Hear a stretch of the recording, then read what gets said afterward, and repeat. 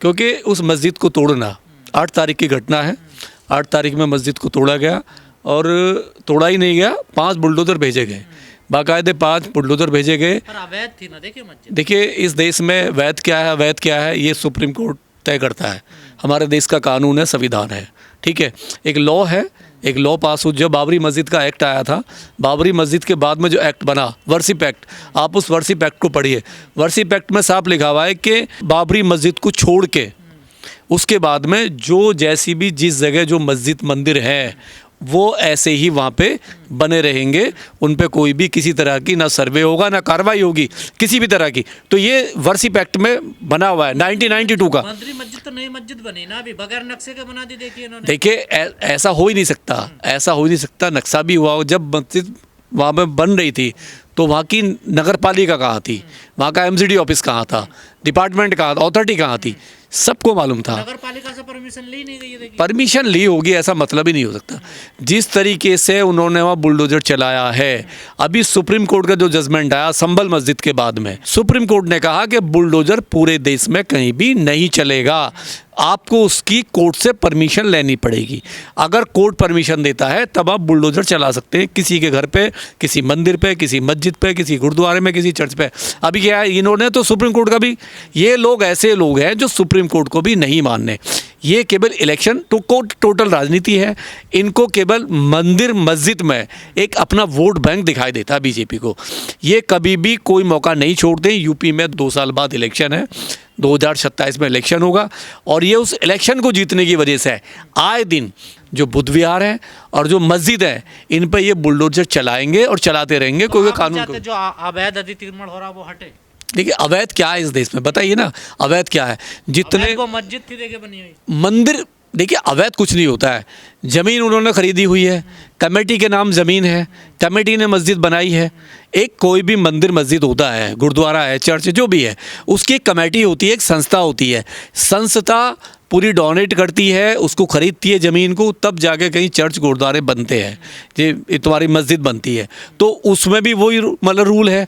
आप ज़बरदस्ती कानून का रास्ता अपनाइए ना, इसे राजनीतिक मुद्दा क्यों बना दिया जाता है? ये अगर उसको कानून में, कोर्ट में है ना मामला कोर्ट में चल रहा है, उसका कोर्ट में मामला पड़ा हुआ है, उसके बावजूद आप मस्जिद तोड़ रहे हो। सीधी सीधी बात है, आप लोगों को उकसा रहे हो, आप देश में हिंदू मुस्लिम का जहर घोल रहे हो, आप सीधा लोगों को उकसा रहे हो, कानून को नहीं मान रहे। जो मामला कोर्ट में, वहाँ के लोअर कोर्ट में पड़ा हुआ है, कोर्ट का जजमेंट नहीं आया है, स्टे है उस पर। जब स्टे है, कोर्ट का जजमेंट नहीं आया तो आप उस पर बुलडोजर चला कैसे सकते हैं? सीधी सीधी बात है। इससे पहले शिमला मस्जिद का मामला चला, देखिए वो भी मैं कहा नहीं, ये कहीं भी इनकी जो एक जो लॉबी है ना, ये जब कहीं भी जब इलेक्शन आएंगे देश में, जहाँ जहाँ मुस्लिम है, आप समझ लीजिए जहाँ मुस्लिम ज़्यादा है, जहाँ मुस्लिम ज़्यादा है वहाँ ये मस्जिद वाला कांड जरूर खेलेंगे। वहाँ पे हिंदू मुस्लिम करेंगे। और जहाँ मुस्लिम नहीं है, अभी हिमाचल में नहीं है, वहाँ पे 0 है, तो वहाँ नहीं होगा। कुछ ऐसे स्टेट है, गोवा में, वहाँ नहीं होगा। हिमाचल कुछ माइनर है, बहुत छोटे। आप जाइए गोवा में नहीं है, गोवा में नहीं करेंगे, ये बिल्कुल भी नहीं करेंगे। जहाँ बहुत सारे स्टेट ऐसे हैं, ठीक है, बहुत सारे, मणिपुर है, नहीं करेंगे बिल्कुल भी। तो मुसलमानों को क्या करना चाहिए? मुसलमानों को देखिए, अगर मुसलमान इस तरीके से घर में बैठा रहेगा, मुसलमान को कानून का सहारा लेके मजबूती से विरोध करना चाहिए। संविधान के दायरे में, कानून के दायरे में शांतिपूर्ण तरीके से इनका विरोध करना चाहिए।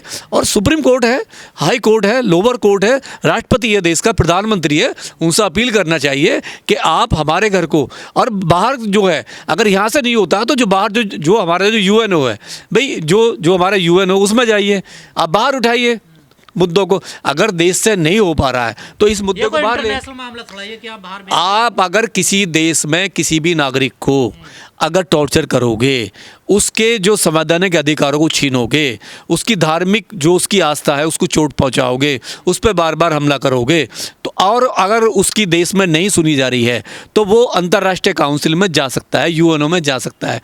आप देखिए बौद्धों पे हमले हो रहे हैं, बौद्धों पे कितने हमले हो रहे हैं इंडिया में, बौद्धों पे आए दिन हमले हो रहे हैं। जब हमारे बौद्धों पे हमले हो रहे हैं तो बौद्ध क्या करेगा? बौद्ध काउंसिल में जाएगा ना, वो बाहर मुद्दे उठा सकता है, वो देश के खिलाफ थोड़ी ना है, देश के खिलाफ तो है ही नहीं भाई, देश के खिलाफ नहीं है बिल्कुल भी। मुसलमान मस्जिद कैसे बचाए?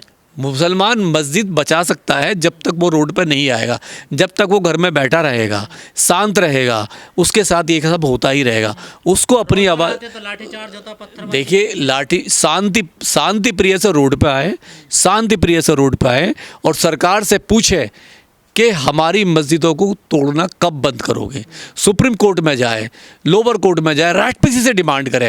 राष्ट्रपति है, कानून के आधार पे तो बुलडोजर चलता है ना, जब अवैध है, अतिक्रमण कानून अभी सुप्रीम कोर्ट पूरे बुलडोजर को पूरे इंडिया में रोक लगा चुका है। उसने कहा है जब तक कोर्ट की परमिशन ना मिले तब तक आप किसी भी धार्मिक स्थल को, किसी भी मंदिर को, किसी मस्जिद को, किसी गुरुद्वारे को, किसी चर्च को, किसी के घर को नहीं तोड़ सकते जब तक कोर्ट से परमिशन नहीं होगी। तो सुप्रीम, ये तो गैरकानूनी, ये तो गैरकानूनी है, ये तो गैरकानूनी है, मानवता के खिलाफ है, पूरी तरह से खिलाफ है और हम इसकी घोर निंदा करते हैं। कुशीनगर में हुआ, बिल्कुल घोर निंदा करते हैं क्योंकि कानून के खिलाफ है। सुप्रीम कोर्ट से तो ऊपर नहीं है ना। आप सुप्रीम कोर्ट को नहीं मानते, आप देश के संविधान को नहीं मान रहे, आप कानून को नहीं मान रहे, आप लोअर कोर्ट को नहीं मान रहे, आप स्टे आया हुआ है उस पर। अभी कुछ दिन पहले मस्जिदों के नीचे मंदिर खोज रहे थे, कभी मस्जिदों को गिरा दिया जाता है, क्या मस्जिदों के पीछे कैसे पड़े? देखिए, केवल हिंदू मुस्लिम की राजनीति करनी है।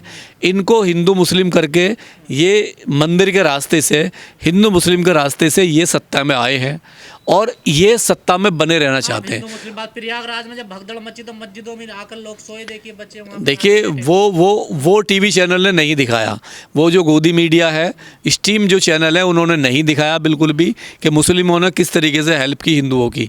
जो उसमें जो गए थे सनातनी लोग, जो नहाने गए थे, भगदड़ मची, कितनी मदद, वो लोग नहीं दिखाएंगे, उसको छुपाया, बिल्कुल नहीं दिखाया। तो हम तो उसका विरोध करते हैं। देखिए क्या है, ये जो सरकार है, ये जो बीजेपी की सरकार है, जहाँ भी गवर्नमेंट है इनकी, ये ना तो शिक्षा पे बात करेंगे, ना रोजगार पे बात करेंगे, ना एजुकेशन पे बात करेंगे, ना ये बिल्कुल भी स्वास्थ्य पे बात करेंगे। यानी जो ज़मीनी मुद्दे हैं, जो ज़मीनी मुद्दे, पब्लिक के जो ज़मीनी मुद्दे हैं, उनको सब कुछ छुपाने के लिए, उनको दबाने के लिए कोई भी सनातनी, कोई भी हिंदू इनसे रोज़गार ना मांग ले, शिक्षा ना मांग ले, स्वास्थ्य ना मांग ले, इनको जो बेटी है, जो महिलाएं हैं, उस पर सुरक्षा ना मांग ले। सारे मुद्दों को दबाने के लिए एक मुद्दा आसान है कि आप मंदिर मस्जिद का कांड खेलिए, मस्जिद पे आइए और फिर आज देखिए, मुझे लग रहा है कि आज का जो मीडिया, आज की जो खबर है ना, ये टॉप चल रही होगी।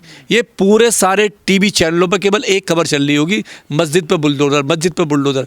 ये केवल उन लोगों को खुश कर रहे हैं जो लोग इनके अंधभक्त हैं, जो इन्हें सपोर्ट करते हैं, जो इनको सपोर्ट करते हैं और जो इसी खबर में बने रहना चाहते हैं हिंदू मुस्लिम में। क्योंकि बीजेपी का सबको मालूम है और बीजेपी कहते भी है कि हमारे लिए धर्म सबसे पहले है, हमारे लिए नौकरी नहीं है, रोज़गार नहीं है। बीजेपी जो कहती है, जो उसकी आइडियोलॉजी है, वो साफ ये है कि हमारे लिए धर्म कांड सबसे पहले है, हमारे लिए धर्म की आस्था सबसे पहले है, हमारे लिए बाकी मुद्दे सब बाद में, यानी सारी चीज़ें बाद में। मैं कहता हूँ राष्ट्र पहले मंदिर मस्जिद, इनके लिए मंदिर मस्जिद ही मुद्दा है, नहीं तो रोज़गार की बात ही नहीं कर रहे। 80 करोड़ आपने भिखारी बना दिए देश में, 80 करोड़ को आप पाल रहे हो। आपके ऊपर ये देखो ना, 205 लाख करोड़, 205 लाख करोड़ का IMF का कर्ज है भारत सरकार पे, जो कितना बढ़ गया 2014 से पहले मात्र 55 लाख करोड़ था। इन्होंने अभी 9 साल में कितना बढ़ा दिया, 192% बढ़ा दिया। भारत के हर बच्चे पे 40,000 42,000 कर्जा पैदा लेके होता है हर इंडियन। तो इसका सवाल कौन देगा, इसका जवाब कोई देने को तैयार नहीं है। भारत कहाँ जा रहा है, विश्व गुरु हम बन नहीं रहे। अमेरिका ने अभी देखा नहीं, सारे मुद्दे अतिक्रमण। मैं तो घोर विरोध करूंगा।